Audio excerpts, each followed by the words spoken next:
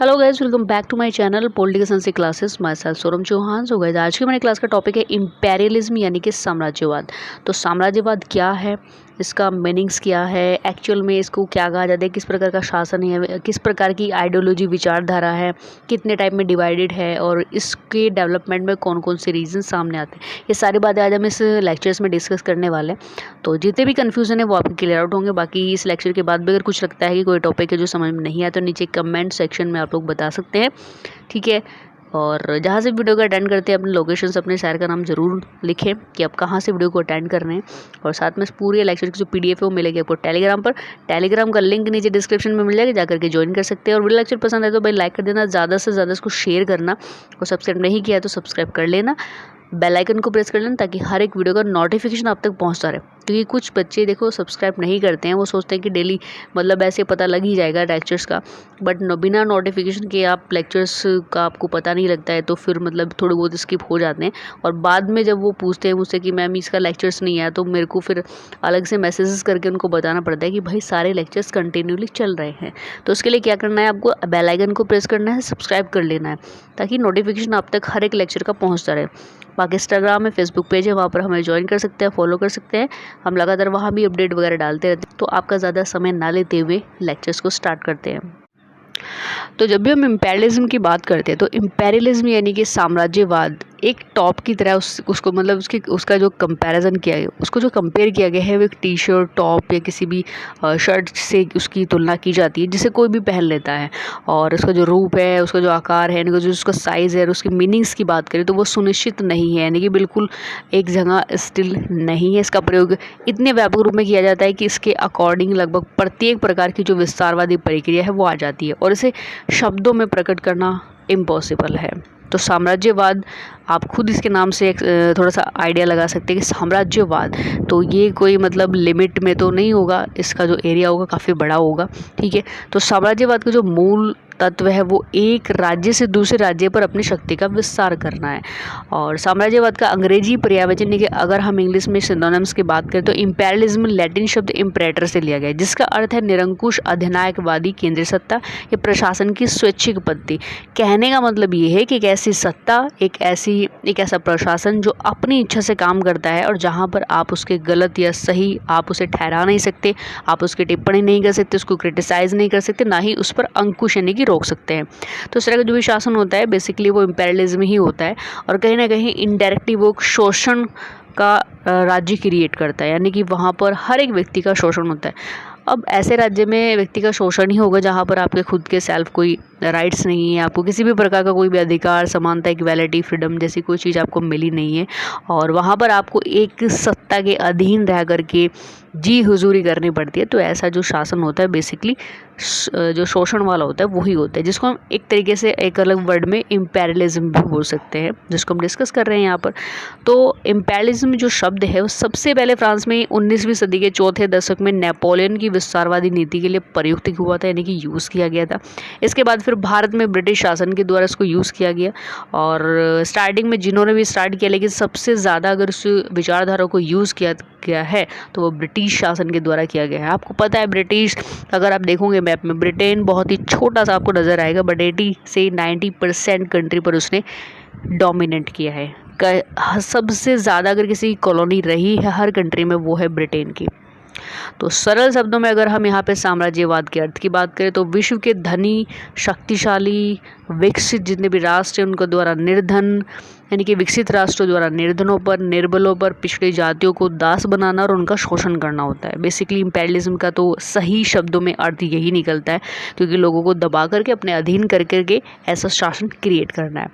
और अब बात करते हैं यहाँ पे साम्राज्यवाद के विकास के बारे में। तो साम्राज्यवाद के विकास की जब भी हम बात करते हैं तो वो 2 टाइप से डिवाइड किया जाता है, एक प्राचीन यानी कि एक एनेक्शिएंट इम्पेरियलिज्म और दूसरा है मॉडर्न इम्पेरियलिज्म।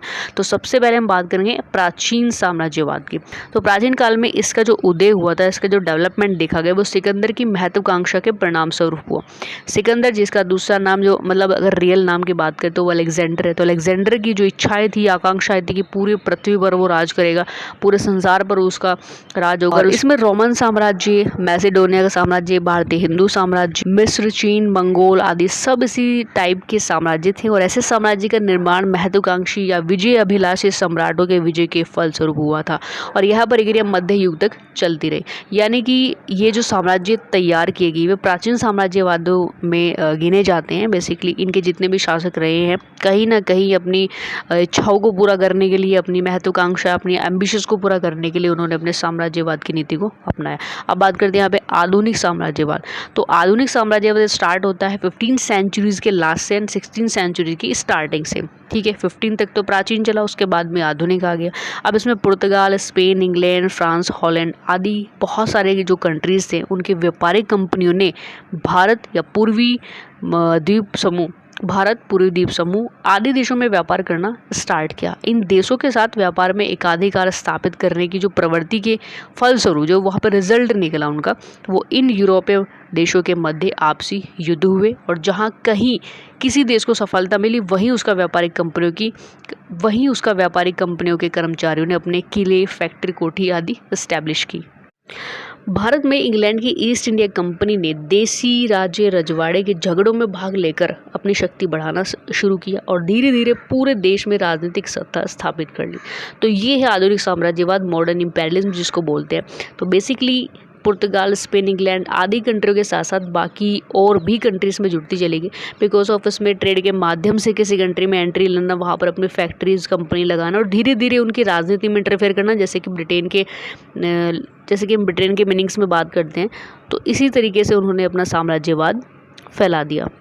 तो इस विचारधारा को लेकर के जो भी निर्बल कंट्री होते थे, जो भी मतलब कमज़ोर देश होते थे, उनको अपने अधीन कर लेना।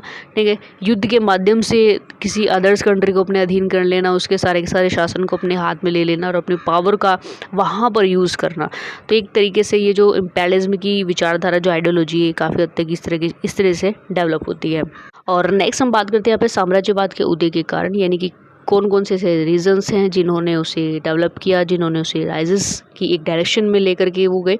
तो पहला तो क्या है कि महत्वाकांक्षी जितने भी सम्राट थे, राजनेता थे, उनकी विजय की अभिलाषा, यानी कि उन्हें जीतने की जो उनकी इच्छा थी, ये सबसे बड़ा कारण बनता है उनके इम्पेरियलिज्म को बढ़ावा देने का, उसको डेवलप करने का। दूसरा, शक्ति विस्तार की आकांक्षा। अब हर एक सम्राट जो बेसिकली इस विचारधारा को एक्सेप्ट करता है या फिर मतलब इस विचारधारा के अकॉर्डिंग अपने राज्य साम्राज्य फैलाना चाहता है, तो उसकी सबसे बड़ी जो मतलब उसका लक्ष्य होता है वो यही होता है कि अपनी जो पावर है ना उसको सिर्फ बढ़ाना है, उसकी इच्छा है। आपने पुराने सीरियल में भी देखा होगा, जो भी राजा महाराजा होते थे वो हमेशा अपनी पावर को इंक्रीज़ करने में लगे रहते थे।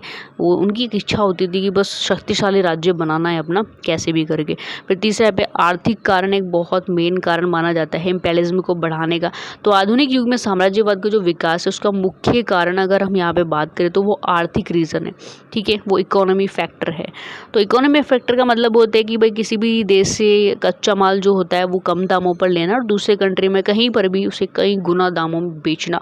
तो ये भी एक शक्ति का ही प्रदर्शन है, यानी कि अपने आप को शक्तिशाली बनाना, अपने आप को इकोनॉमी कंडीशंस अपना मजबूत बनाना। और कहीं हद तक आज की जो कंट्री है वो इस जो पॉइंट है यानी कि आर्थिक वजह से अपने आप को बहुत आगे ले जाने की पूरी मतलब हर तरीके से ये इस पर काम कर रही है। तो आर्थिक रूप से कमज़ोर जो कंट्रीज़ है उनका शोषण करना काफ़ी हद तक मतलब मॉडर्नाइजेशंस में तो आपको मतलब मॉडर्न इम्पेरियलिज्म में तो ये आपको देखने को मिलेगा। और नेक्स्ट यहाँ पे जनसंख्या की समस्या, तो ये भी एक सबसे बड़ा रीज़न है साम्राज्यवाद का उदय का। तो साम्राज्यवाद के अनेक कारणों में से एक महत्वपूर्ण कारण माना जाता है जर्मनी, इटली, जापान और अन्य बहुत सारे ऐसे उपनिवेश हैं जिनके अधिग्रहण की नीति को अपनी अतिरिक्त जनसंख्या को बसाने के आधार पर उचित बताया। तो यहाँ पर मुसोलिनी ने घोषणा की थी कि इटली की जो भी एक्स्ट्रा पॉपुलेशन है उसको बाहर बसाने का अधिकार होना चाहिए। देखो नॉर्मली आप समझ सकते हैं जिस कंट्री की सबसे ज़्यादा पॉपुलेशन होगी तो वहाँ पर उसको नेगेटिव और पॉजिटिव दो फैक्टर समझ में आते हैं। एक तो अगर ज़्यादा जनसंख्या होगी वो कहीं मतलब ज़्यादा डेवलप माइंड नहीं होंगे, टेक्नोलॉजी ज़्यादा नहीं होगी, तो वो वहाँ पर ज़्यादा सोर्सेज उन्हें अवेलेबल नहीं करा पाएंगे। एक तो वो होगा वो से रिप्लेस होते चले जाएंगे, दूसरे देश से उनको खाना या बाकी जो भी सुविधाएं हैं वो देते रहेंगे। बाकी दूसरे माइंडसेट ये होता है कि उस पॉपुलेशंस का, उस जनसंख्या का फ़ायदा उठाया जाए, अलग अलग कंट्रियों में इस्टेब्लिश की जाए, अलग अलग कंट्रियों में उनको भेजा जाए और धीरे धीरे साम्राज्य अपना स्थापित कर लिया जाए। तो ये होता है साम्राज्यवाद के उदय के कुछ कारण। और इसके अलावा विचारधारा का प्रसार भी एक मेन रीजन्स है। विजन के after second world war America ने पूंजीवाद और सोवियत संघ ने साम्यवादी विचारधारा के प्रसार के लिए शीत युद्ध को जन्म दिया, जिसमें विभिन्न देशों को अपने खेमे में लाने का प्रयास किया गया। तो ये बहुत सारे रीजंस हो सकते हैं। सो गाइस, ये था एक छोटा सा टॉपिक। आई होप सो ये टॉपिक आपको क्लियर आउट हुआ होगा। फिर भी अगर कोई प्रॉब्लम है, कोई भी डिस्कशन आपको करना है तो नीचे फिर भी अगर कोई प्रॉब्लम है, कोई टॉपिक है जो समझ में नहीं आया है अब तक पूरी क्लास सीरीज में जितने भी हमारे लेक्चर्स हो चुके हैं, तो नीचे कमेंट सेक्शन में आप लोग बता सकते हैं। कमेंट सेक्शन आप ही के लिए होता है। आप क्वेश्चंस नहीं करोगे, पहली बात तो अगर आप पढ़ोगे नहीं तो क्वेश्चंस कैसे आएंगे। तो भाई पढ़ो, स्टडी करो, फिर प्रॉब्लम जो आती है उसको डिस्कस करो, पूछो, अपनी कॉलेजेस में टीचर से पूछो। नहीं कुछ समझ में आते तो वीडियो लेक्चर में हमारे इसमें कमेंट सेक्शन में आप बता सकते हो। हम तो रेडी हो रहते हैं आपके हर एक क्वेश्चंस का जवाब देने के लिए, जो भी स्टडी से रिलेटेड जो भी कोई प्रॉब्लम होती है। बाकी वीडियो लेक्चर पसंद आए तो लाइक शेयर कर देना। पहली बार अटेंड कर रहे हैं, सब्सक्राइब नहीं किया तो सब्सक्राइब कर लेना। बाकी मिलते हैं नेक्स्ट इन्फॉर्मेशन के साथ में नेक्स्ट वीडियो लेक्चर में। तब तक के लिए जय हिंद, जय भारत।